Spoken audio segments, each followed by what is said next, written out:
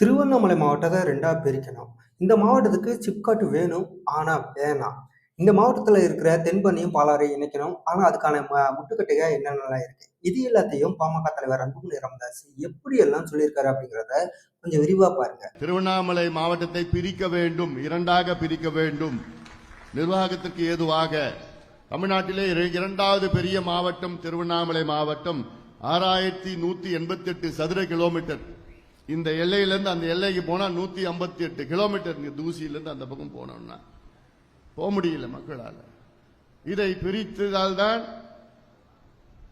மக்களுக்கு நிர்வாகம் அங்கே போய் செல்லும், திட்டங்கள் செல்லும், சென்றடைய முடியும்.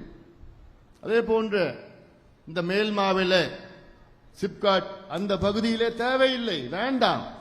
தமிழ்நாட்டில் திருவண்ணாமலை மாவட்டத்தில் எவ்வளவு தரிசு நிலம் இருக்கிறது, ஆயிரக்கணக்கான ஏக்கர் தரிசு நிலம் இருக்குது, அங்கேயே தொடங்குங்கள். திருவண்ணாமலை மாவட்டத்தில் சிப்காட் அவசியமானது, தேவையானது, அவசியமானது. காரணம், இந்த மாவட்டத்தில் எந்த வளர்ச்சியும் கிடையாது,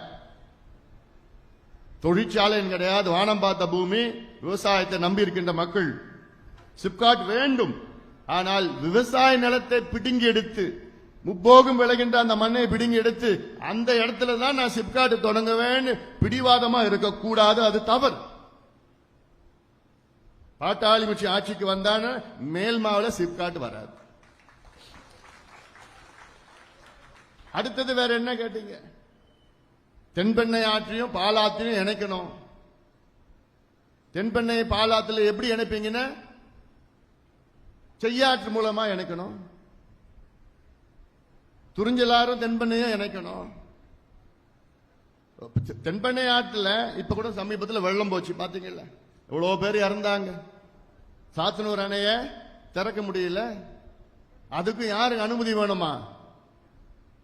முதலமைச்சர் அனுமதி வேணுமா? முதலமைச்சருக்கும் சாத்தனூர் அணைக்கு என்னையா சம்பந்தம் இருக்கு? முதலமைச்சருக்கு எவ்வளவு வேலை இருக்க போது. அவர் பார்த்து சாத்தனூர் அணை எப்ப நிரம்பும் முதலமைச்சர் பார்த்துட்டு இருக்க போறாரா? இந்த வேலையெல்லாம் யாருடைய வேலை? வாட்டர் போர்டுடைய பிடபிள்யூடி இல்ல வாட்டர் போர்டுடைய அவங்க ஆபீசருடைய வேலை, அதிகாரியுடைய வேலை, என்ஜினியருடைய வேலை. அவங்க என்ஜினியர்கிட்ட விட்டுட்டு அவங்க எப்ப திறக்கணும் எப்ப மூடணும் அவங்களுக்கு தெரியும். அதை விட்டுட்டு முதலமைச்சருடைய அனுமதி, துறை அமைச்சருடைய அனுமதி பட்டால் தான் திறக்கணும். இதெல்லாம் வெள்ளக்காரங்காலத்தில் செஞ்சது. அதனால்தான் ராத்திரில எவ்வளவு உயிர் சேதம், பயிர் சேதம், வீடுகள், உடைமைகள் எல்லாம் கோடிக்கணக்கான மக்கள் பாதிக்கப்பட்டிருக்காங்க. தென்பெண்ணையில வெள்ளம் போது அது பாலாத்துல இணைக்கணும். பாலாத்துக்கும் தென்பெண்ணைக்கும் 35 கிலோமீட்டர் தான் இருக்கு. அதை இணைக்க முடியாது உங்களால.